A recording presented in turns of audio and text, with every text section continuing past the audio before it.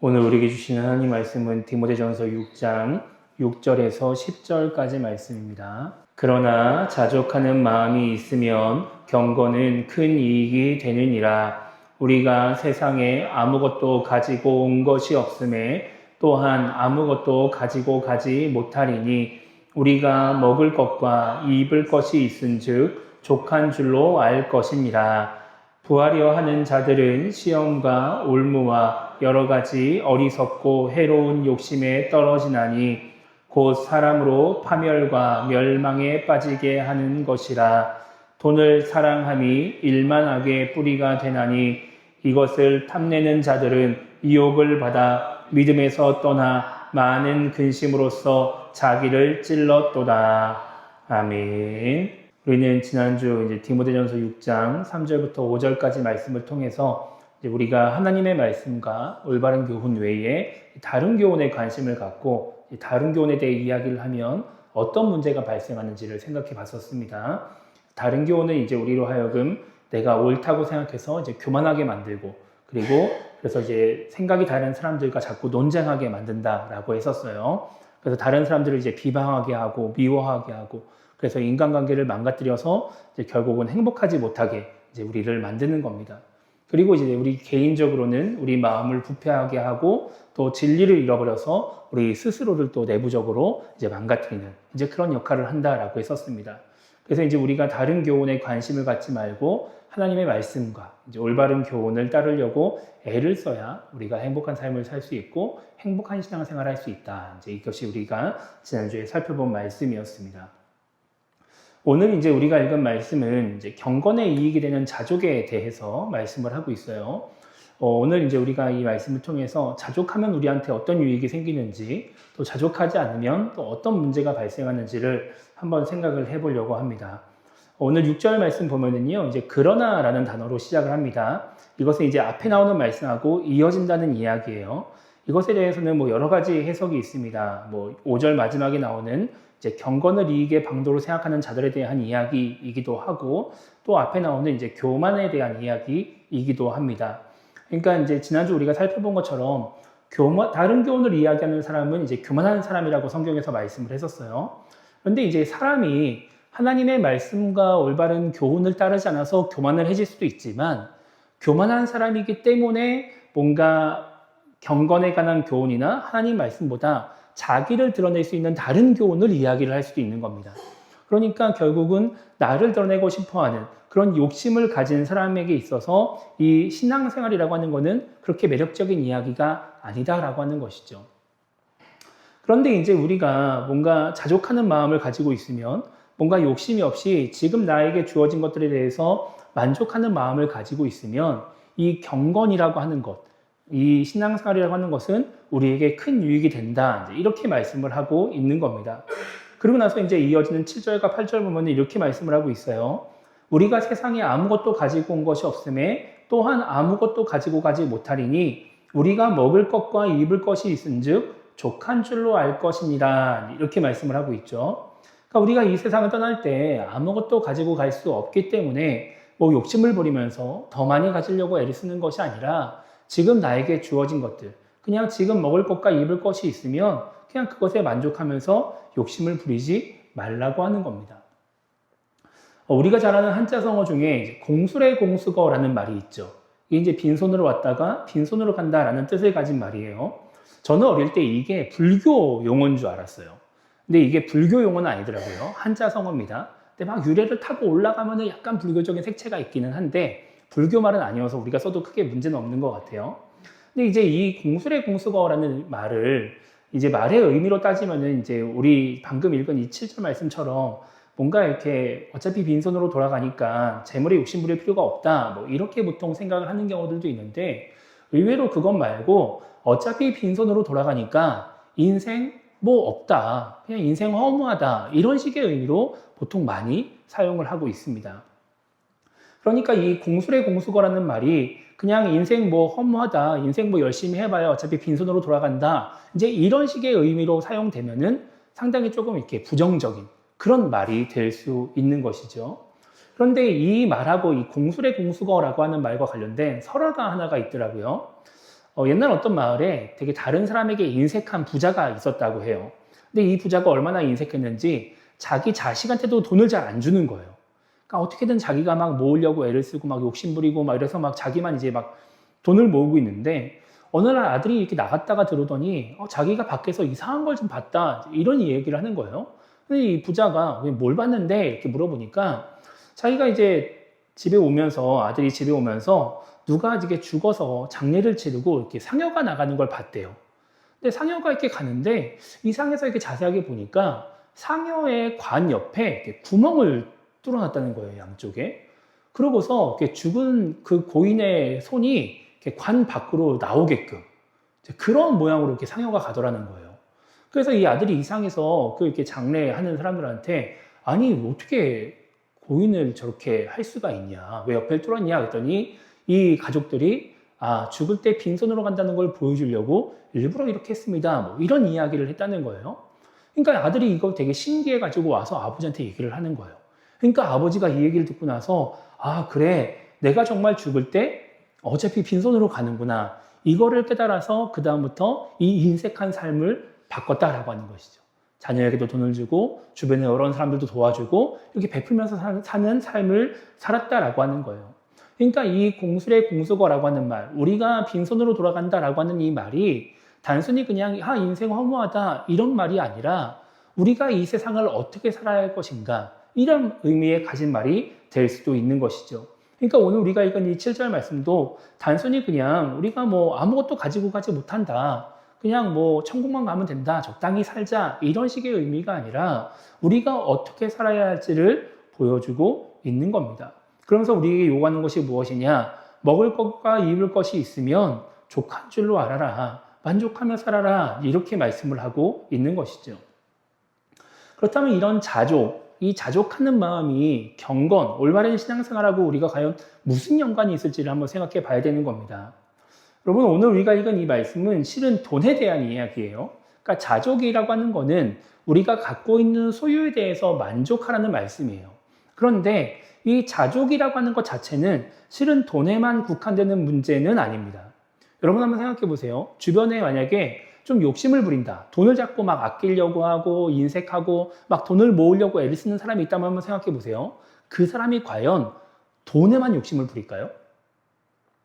돈에는 욕심을 막 부리면서 다른 거는 막 관대하고 막 여유롭고 이렇게 사는 사람 별로 없습니다. 거의 대부분 돈에 욕심 부리는 사람은 다른 것에도 욕심을 부려요.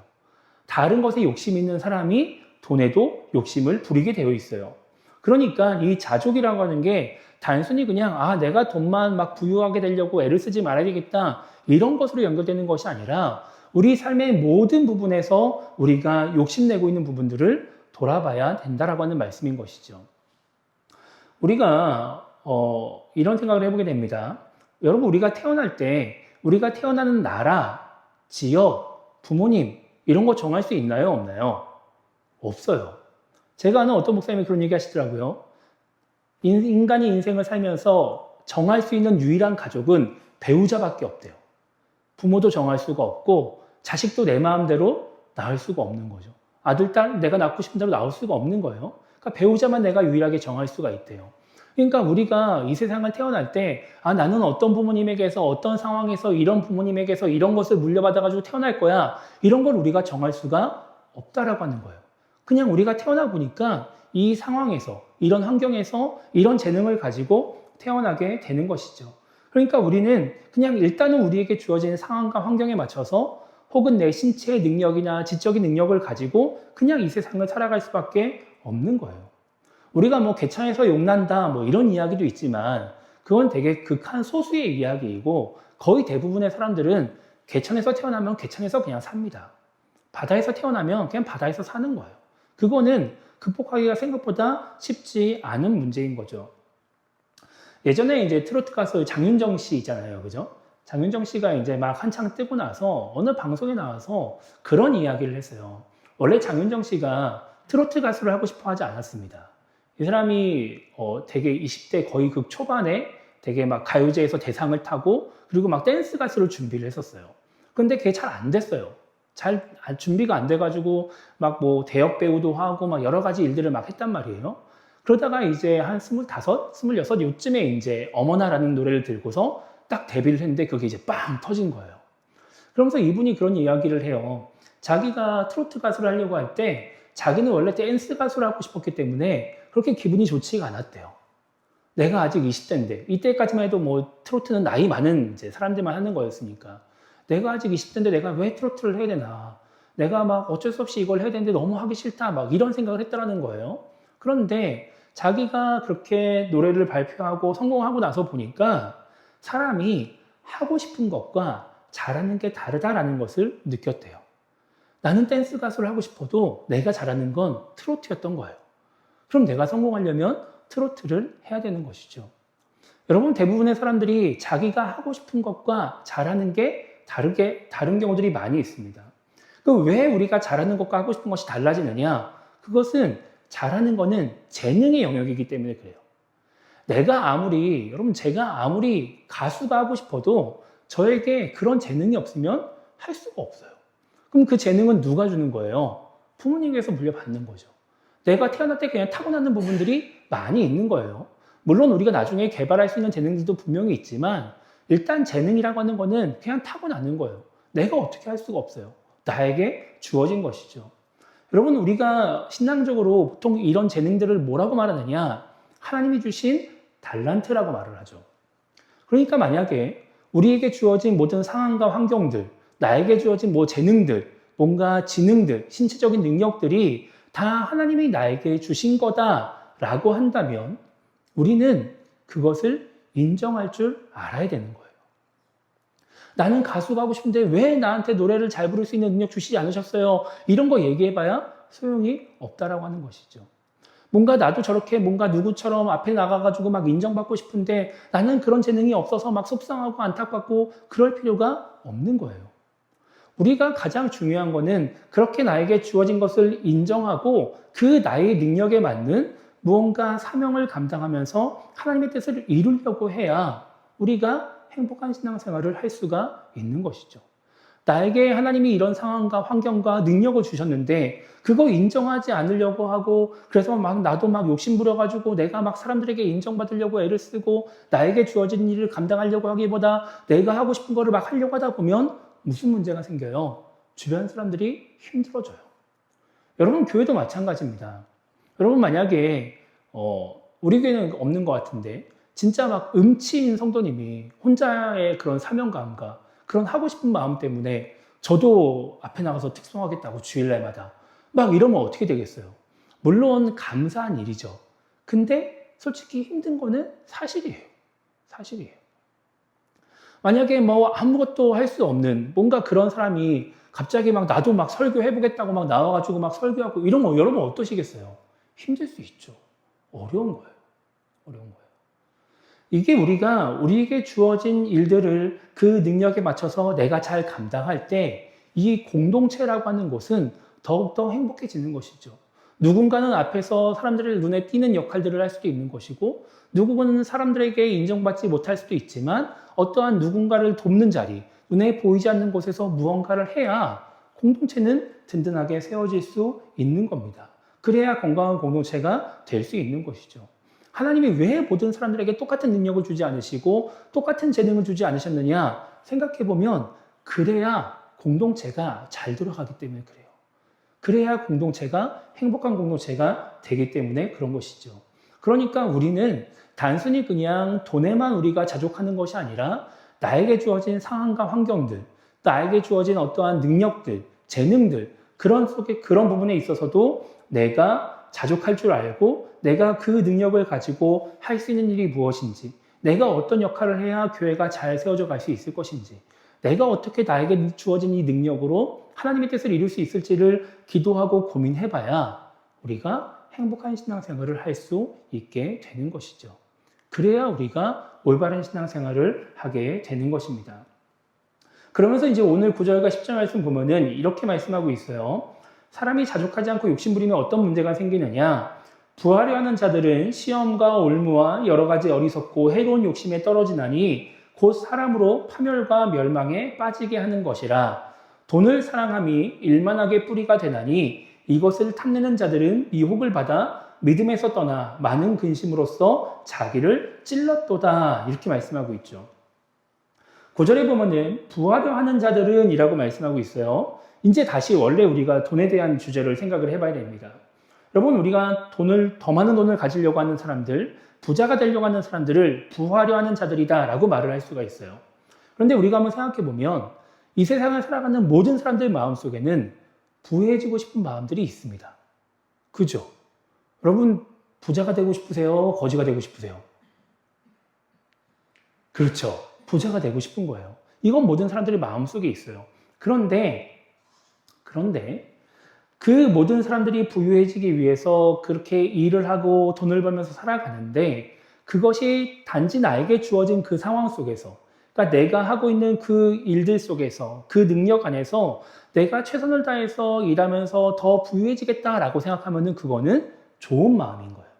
예를 들면 우리가 직장을 다니는데 내가 이 직장 안에서 내가 이런 직장에 들어왔으니까 내가 이 직장 안에서 열심히 일을 해가지고 내가 뭐 성과급을 많이 받아야 되겠다. 내가 열심히 일을 해서 인정받아서 내가 승진을 해야 되겠다. 그래서 더 많은 월급을 받아야 되겠다. 이런 것들은 좋은 마음인 거죠.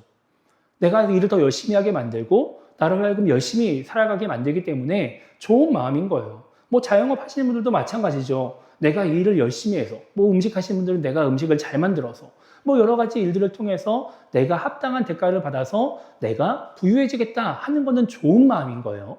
그런데 우리가 방금 살펴본 것처럼 나에게 주어진 상황과 환경을 인정하지 않고 그것에 자족하지 않고 내 상황은 이런데 난 이게 불만족스럽고 이것보다 더 많은 돈을 가져야 되겠다라고 생각하면 거기부터 이제 문제가 시작이 되는 것이죠. 내가 지금 이런 직장을 다니면서 이렇게 월급 받는데 나는 이거는 만족 못하겠고 내가 이것보다 훨씬 더 많은 돈을 어떻게든 벌어야 되겠어 라고 생각을 하는 순간 우리의 삶에서 문제가 생긴다라고 하는 거예요. 그러면 어떻게 되느냐? 오늘 말씀 9절과 10절에 나오는 사람들처럼 문제가 생길 수 있다라고 하는 것이죠. 여러분, 우리가 이제 코로나19 이제 그 시기를 겪으면서 이제 막 전 세계가 이제 혼란에 빠져 있을 때 많은 나라들이 이제 경제를 살리겠다고 돈을 풀었습니다. 우리도 마찬가지였죠. 뭐 재난지원금 막 이래가지고 뭐 1인당 얼마, 또 시에서 얼마 막 이렇게 줬단 말이에요. 그러다 보니까 사람들이 돈이 모이기 시작했어요. 밖에 나가서 돈 쓸 일은 별로 없고. 그러니까 자꾸 돈이 모이니까 사람들이 뭘 하기 시작했냐면은 투자를 하기 시작했습니다. 그래서 그 시기에 전체적으로 전 세계적으로 집값이 다 올랐어요. 우리나라만 어마어마하게 오른 것처럼 알고 계시는 분들이 있는데 전 세계가 다 올랐습니다. 미국도 어마어마하게 올랐어요. 그리고 그 시기에 뭐가 올랐냐? 주식이 또 어마어마하게 올랐어요. 주식이 어마어마. 또 그 시기에 또 뭐가 올랐냐? 코인이라고 하는 게 또 어마어마하게 올랐어요. 그러니까 사람들이 돈이 남아도니까 이걸 가지고 막 투자를 하면서 막 거기에 대한 가격들이 막 올라가면서 돈을 버는 사람들이 막 생기는 거예요. 제가 궁금해서 찾아보니까 우리나라가 2019년, 그러니까 코로나가 터지기 직전 해죠. 2019년 마지막에 주가가 얼마였냐면 한 2,200 정도 됐습니다. 근데 2020년에 들어서 코로나가 터지고 막 돈들이 막 모이고 하니까 2020년 말에 주가가 한 30% 올라가지고 2,900 가까이가 돼요. 그러더니 막 2021년 되니까 막 3,000이 넘어가고 막 3,300이 넘어가고 막 이런 일들이 막 발생하기 시작했어요. 그때 막 뭐 제가 있던 지역에도 보면은 뭐 집값이 뭐 10억이니 뭐 얼마니 막 이런 얘기들을 막 하고 있었단 말이에요. 그런 얘기들 하던 시기가 있었단 말이죠. 그런데 그렇게 막 집값이 오르고 막 주식이 막 오르고 막 이렇게 난리가 나니까 사람들이 막 너도나도 막 투자를 같이 막 따라서 하기 시작하는 거예요. 그러더니 무슨 일이 생기냐면은 사람들이 투자를 할 때 자기가 갖고 있는 돈, 자기가 소유하고 있는 재산 안에서 투자를 하는 게 아니라 빚을 내서 투자를 하기 시작합니다. 뭐 집까지야 그럴 수 있다 치는데 뭐 대출 받아서 집 사는 건 뭐 일반적인 현상이니까 그럴 수 있다 치는데 사람들이 막 주식에 투자할 때도 막 빚을 내가지고 투자를 하고 막 빚을 내가지고 막 코인을 사고 막 이게 오른다 그러면 이거 사고 저게 오른다 그러면 저거 사고 막 이런 일들이 막 생기기 시작했어요. 그러면서 이제 막 사람들이 투자를 막 하는데 문제는 뭐예요? 집값이 계속 오르고 주식도 계속 오르고 그럼 너무 행복할 텐데 그렇지 않았단 말이죠. 제가 방금 말씀드린 것처럼 막 2020년 들어서 주가가 막 오르기 시작했는데 정확하게 2021년 7월 딱 정점을 찍더니 다시 원래대로 쫙 내려옵니다. 그래서 막 2022년 말에 보면은 다시 막 원상복구가 돼요. 원상복구가 돼요. 그러면서 이 시기에 무슨 일이 생기느냐? 돈을 빚져가지고 투자를 한 사람들이 어마어마한 영향을 받기 시작합니다. 나도 저 사람들처럼 부자가 되겠다고. 막 빚내가지고 투자하고 집 사고 막 했던 사람들이 어려움을 막 겪기 시작해요. 오늘 구절 말씀에 그런 말이 나오잖아요. 여러 가지 어리석고 해로운 욕심에 떨어져서 파멸을 경험한다. 파멸과 멸망에 빠진다. 그 일이 실제로 우리 삶 속에서 우리 주변에서 일어나기 시작한 거예요. 단순히 그냥 근데 이것이 단순히 그냥 빚을 많이 졌다, 뭐 빚을 못 갚는다 이런 문제로 끝나느냐? 그렇지가 않았어요. 여러분 이 시기에 유행했던 말이 뭐였냐면은 벼락거지라는 말이었습니다. 벼락거지가 뭐냐면은 나는 그냥 가만히 있는데 내 옆에 있는 사람들이 막 투자를 잘해가지고 부자가 막 되는 거예요. 그럼 나는 그전에는 거지가 아니고 나는 가난한 사람이 아니었는데 내 주변 사람들이 막 부자가 되고 나니까 내가 가난해진 것처럼 느끼는 거예요. 내가 거지가 된 것 같은 것이죠. 그런 소외감을, 박탈감을 느끼는 사람들이 막 생겨나기 시작했어요. 그러면서 무슨 문제가 생기기 시작하냐? 그렇게 느끼는 사람들의 가정이 깨어지기 시작합니다. 이 시기에. 그 신문 기사를 찾아보면 이 시기에 그런 일들이 막 있었어요. 남편하고 아내가 막 있는데 남편이 집을 사자 얘기했어요.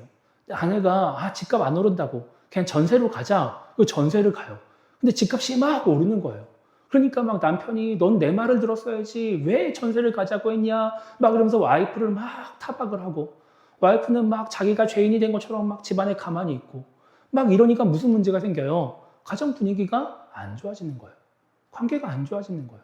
그러니까 어떻게 돼요? 가정이 깨지기 시작하는 것이죠. 뭐 남편 몰래 막 빚져가지고 막 주식에 투자했다가 막 망해가지고 막 그것 때문에 다시 막 또 막 가정에 문제가 생기고 막 이런 일들이 생기기 시작하는 거예요. 원래는 그냥 돈에 대한 욕심으로 시작을 했는데 그게 그 다음에 무슨 문제가 생기느냐? 가정의 문제로 번져가기 시작하더라는 것이죠.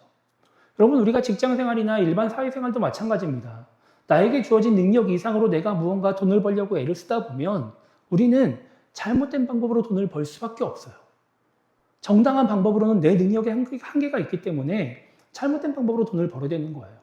내가 정당한 방법으로 승진하지 않으려고 하면은 내 경쟁자를 깎아내려서 승진하는 수밖에 없어요. 그럼 어떻게 해야 되는 거예요? 다른 사람을 미워하고, 다른 사람을 무시하고, 다른 사람을 괴롭게 되는 것이죠. 여러분, 돈에 대한 욕심이 결국은 우리의 가정이나 내 관계들 혹은 내 주변의 상황들을 자꾸 다 무너뜨리는 거예요. 그러면서 나중에 결국 어떻게 돼요? 이 돈에 대한 욕심이 하나님과의 관계도 소홀하게 만드는 것이죠. 돈을 벌어야 되니까. 내가 주일날 예배드리지 않고 돈을 벌어야 되니까 내가 다른 일 하러 가고 그러면서 하나님보다 다른 것을 우선시 여기면서 점점 하나님하고 멀어지게 되는 거예요. 돈 하나만 사랑했을 것 같은데 난 돈 하나만 더 벌고 싶었을 뿐인데 자꾸 내 삶에서의 문제들이 생기기 시작한다라고 하는 것이죠. 그래서 10절 말씀 보면 돈을 사랑함이 일만 악의 뿌리가 된다라고 말씀하고 있어요. 돈을 사랑하는 것이 한 가지의 문제를 발생시키는 것이 아니라 1만 가지 문제를 발생시키는 원인이 된다라고 하는 거예요. 지금 제가 방금 말씀드린 것처럼 돈 하나 사랑했더니 관계도 깨어지고 가정도 깨어지고 내 삶이 피폐해지고 행복이 사라지고 하나님과의 관계도 약해지고 여러 가지 문제들을 막 발생시키고 있더라는 것이죠. 그래서 우리는 자족할 줄 알아야 되는 거예요. 나에게 주어진 상황과 나에게 하나님 주신 능력들 재능들 거기에 자족할 줄 알아야 되는 것이죠. 지금 그런 상황 속에서 나에게 주어진 그 물질에 그 돈에 자족할 줄 알아야 되는 거예요. 그러면 어떻게 되느냐? 나의 삶에 대한 만족감이 높아지는 것이죠. 뭔가 주변 사람들과의 관계에서 문제가 생기지 않는 거예요. 뭐 다른 사람이 보기에는 가난해 보이고 뭔가 부족해 보이고 연약해 보이지만 그것이 결국은 우리에게 행복한 삶이 되는 것이죠. 다른 사람하고 나를 비교하면 부러운 마음이 생길 수 있어요. 그런데 지금 나에게 주어진 자리가 가장 행복한 자리일 수 있어요. 돈이 많을 수 있어도 더 잘 나가는 것처럼 보여도 그 자리가 불행한 자리가 될 수도 있는 것이죠. 그럼 우리에게 행복한 자리가 어디냐? 지금 하나님이 나에게 맡겨주신 자리인 거예요.